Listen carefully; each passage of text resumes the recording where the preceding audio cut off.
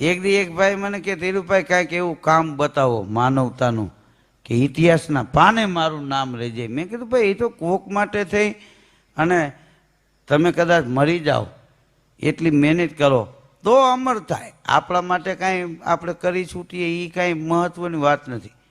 તો મને કે એકાદ કામ મારે એવું કાંઈક કરવું. કીધું હવે એ તારે જોવાનું. હા, એમાં એકવાર મારો જેલમાં પ્રોગ્રામ તો નહીં આમાં બેઠો બોલો કેદીઓના કપડાં પહેરીને. કીધું હા, મને કે સેવાનું એક કામ થઈ ગયું ભાઈ.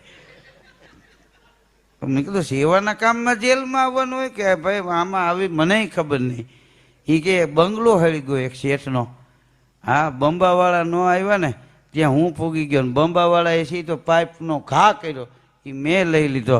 પણ પાણી હજી ખોલે એ પહેલાં મને એમ થયું 2-4 જણા હળગી જાય તો એને ઉપાડીને બારીએથી મેં ઘા કર્યા.